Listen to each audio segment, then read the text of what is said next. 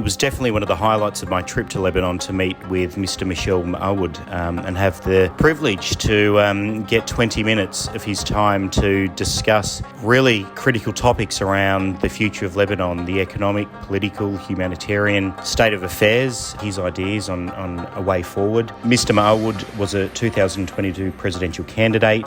He's also the founder and president of the independence movement. His late father was the 9th president of Lebanon. René Moawad was put into power in Lebanon to really bring an end to the civil war. Unfortunately, he was assassinated after being in power only for 18 days. Hi everyone, so it's Nick Schoenmaker here. Really have the pleasure today to be with Michel Moawad, which is quite special for me personally. Our family, Simon in Australia, actually is part of the Moawad family, so it's an amazing moment to be here with you, so thank you. Thank you.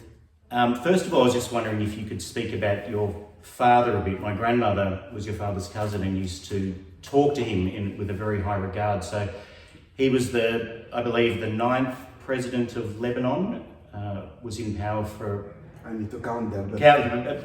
Close enough, in power for only 18 days, which is an amazingly short period of time. And unfortunately, may he rest in peace, he was assassinated in 1989. Can you just talk a bit about what kind of man he was, what his values were, leadership ethics, and how you take inspiration, if you do, from him? Well, my father was a man of duty and a man of peace. He really believed that Lebanon could not be ruled unless having a strong, sovereign, modern state that would ensure social justice for all the Lebanese. Yes. So he was a Shahabi in reference to President Fuad Shahab, who was president in Lebanon in the beginning of the 1960s, and whose movement was the only movement today that has tried to build a strong sovereign state.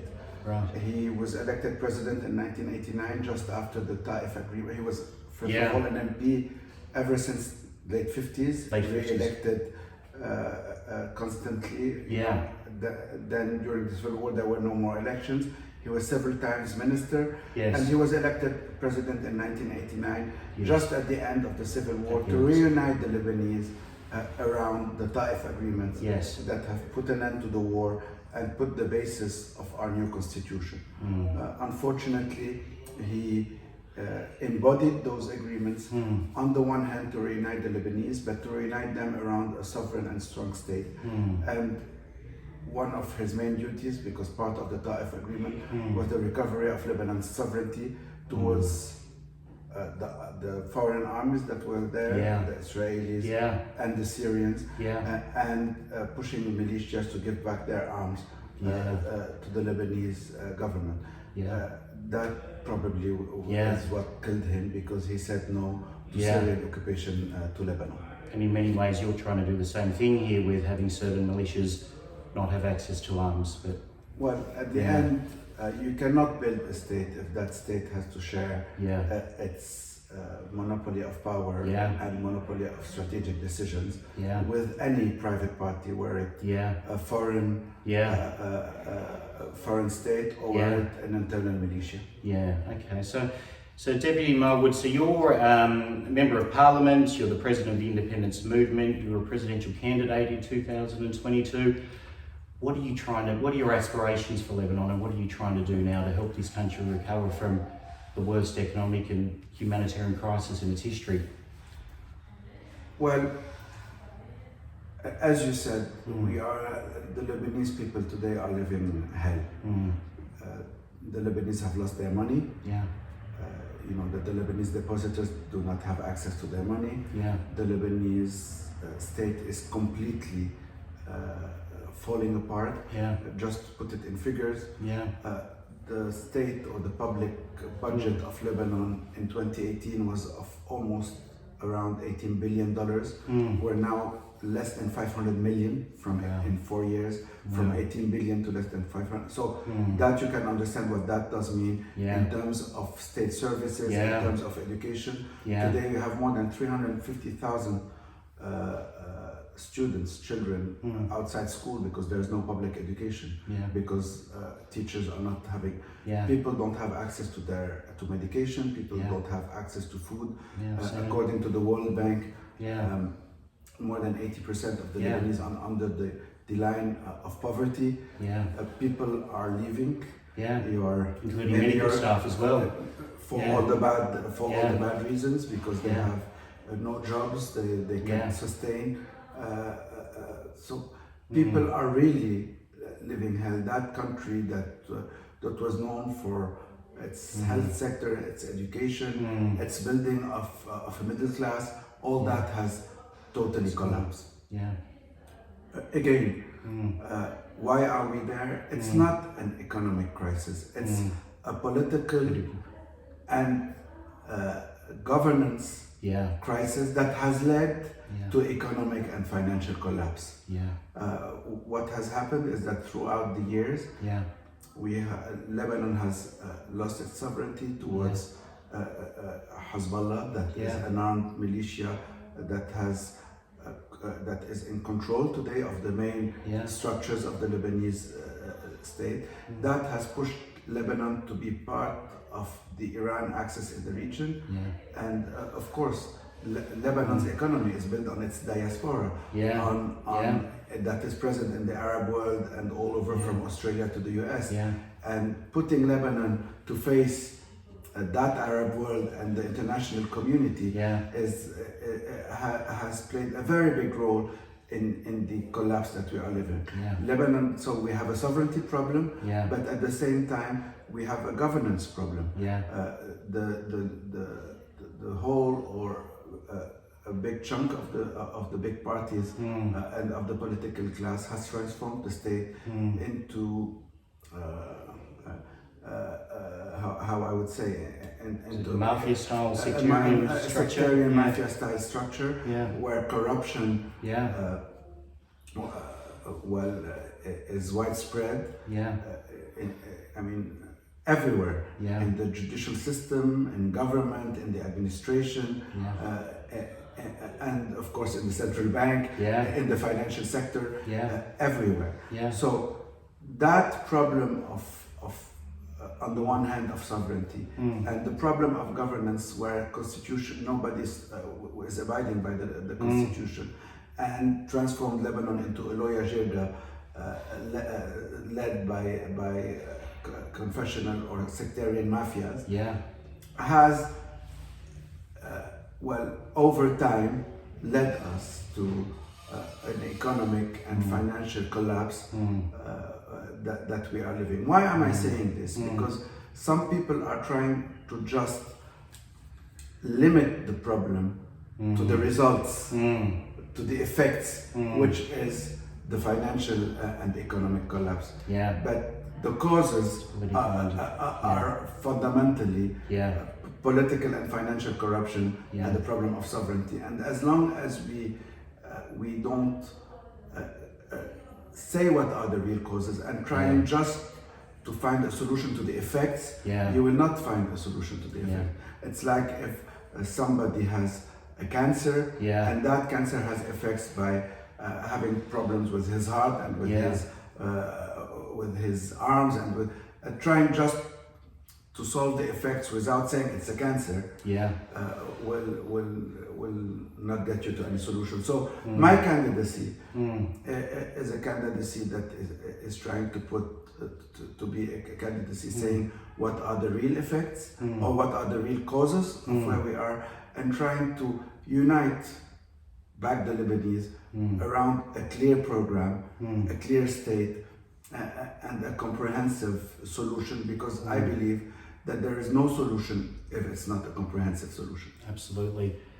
And just with it seems like one of what's absolutely needed to get the country out of bankruptcy essentially is there's an offer for an IMF bailout, but the IMF bailout is conditional upon a number of reforms, which, as you say, these mafia-style politicians who have caused the problem aren't going to be forthcoming in that regard. I mean, if we don't get that, then I worry this ends up like a Venezuela-style failed state. So we don't have a president already now. there. We're already there, yeah. And Venezuela Yeah. had the opportunity of being the first proven reserve of oil in the world. And despite that, had a total collapse. We, a few years back, the Lebanese pound was worth, for the dollar was worth 1,500 Lebanese pound, where 140,000. I don't know. I didn't get the figure because yesterday was 140,000. It's changing by the day. And so, yes, we need to understand that we are very close to a total collapse, to become a failed state. And that's why that has to start by a president that on the one hand will bring back sovereignty to the country, will solve the strategic issues such as border control, such as border delimitation. You know that in the last few years, more than 20 billion dollars were smuggled across the Lebanese borders, and that is part of what has made after that public sector reforms, electricity reforms, tax reforms. So you need a president to solve those issues. You need a president to bring everybody back to our constitution, to build an independent judiciary. We didn't talk about it, but you know, all the world knows that Lebanon has had one of the biggest explosions in the history of humanity, the third biggest bomb after the nuclear bombs of Hiroshima and Nagasaki. And despite this, 3.5, almost 4 years later, there is no one responsible that has been arrested, and the truth is still not known to the families of the victims. We had more than 240 visited some people killed. We had more than 6,000 injured, and more than 300,000 people that were left with their homes or shops destroyed. So you resigned from parliament? I resigned from parliament just after that. True. And that's why we need an independent judiciary, we need accountability, we need transparency, and we need a new economic model built, of course, on free economy, but also built on social justice. Just one thing I was... And yes, the door to that is an IMF deal. But IMF deal that is built on reforms and accountability, not an IMF deal as the one presented by the government, actually that is doing almost nothing, that is built on just cleaning the balance sheet of the central bank by erasing people's deposits, and that for us is totally unacceptable. Just part of the problem here with the currency is that we've got no new fresh dollars coming into the country essentially, and the FX reserves from the government are largely run down. Because Lebanon, I mean, imports 80% of its goods here, it doesn't really export anything, so you really need foreign capital. I mean, what could be done to have a thriving economy here where you're exporting things to the rest of the world? Well, that's a very good question. You are right.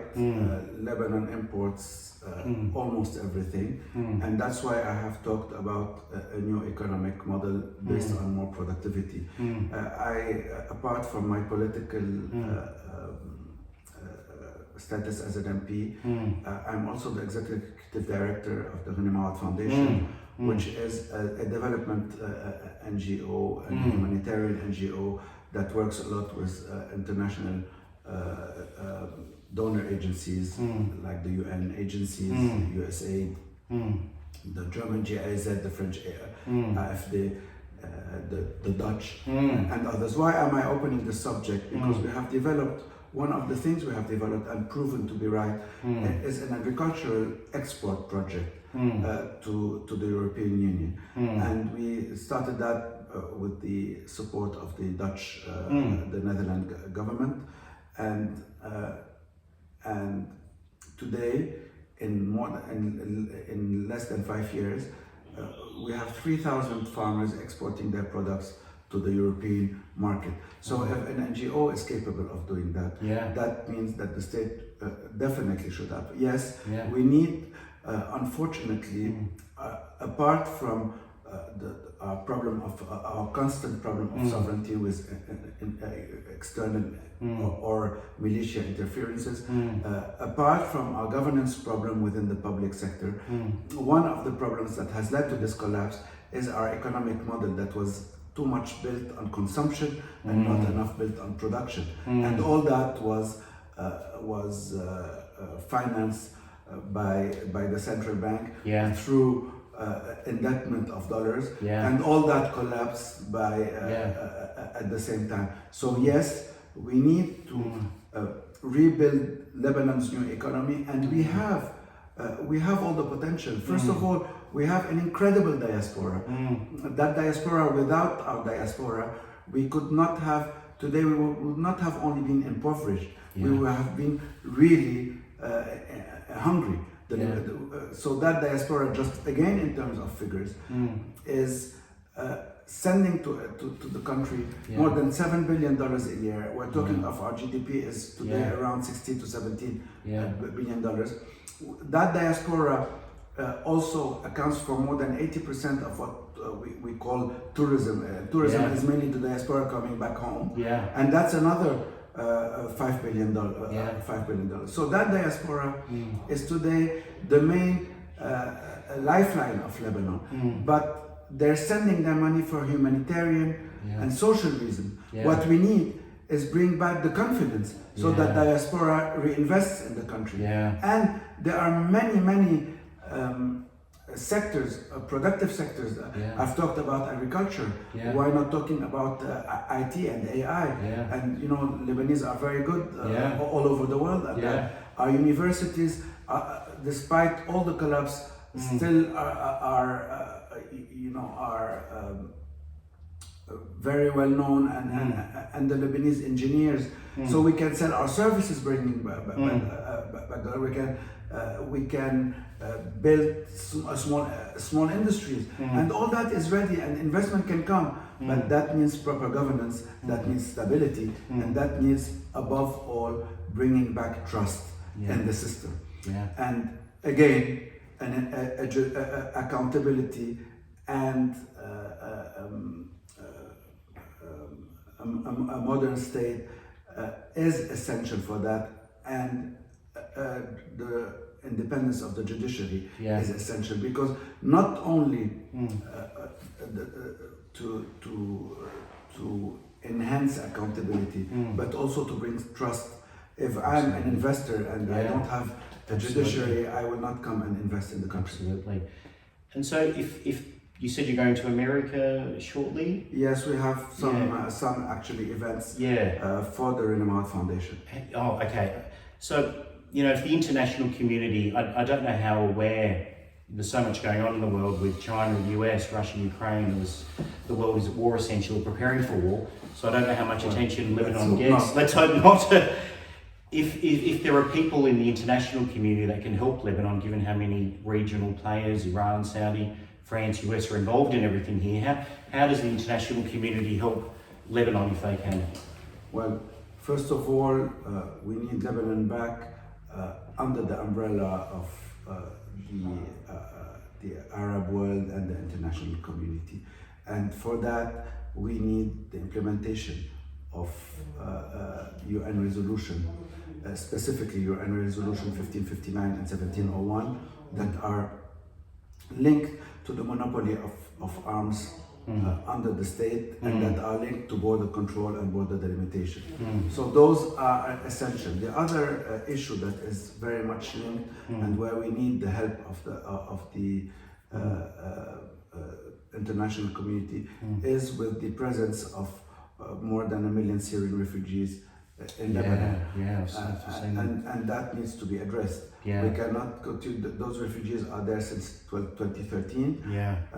You know that we consider, of course, that we have a humanitarian obligation, but that cannot continue by Lebanon bearing that problem, and by not dealing with the problem, because some of those refugees are coming and going to Syria freely and still have a refugee status because nobody wants to deal logically with that problem. So yes, we need to bear our part of the responsibility, but also the world needs to bear that part, and we need to quickly find a solution, and a solution that can come by chunks. It's not white or black. And so there's another responsibility of the international community, and of course, I believe that Lebanon cannot get out of the collapse and failure we are in without the support of the international community. Without the support of the international community, and that comes through an IMF program, and that comes definitely also through the diaspora.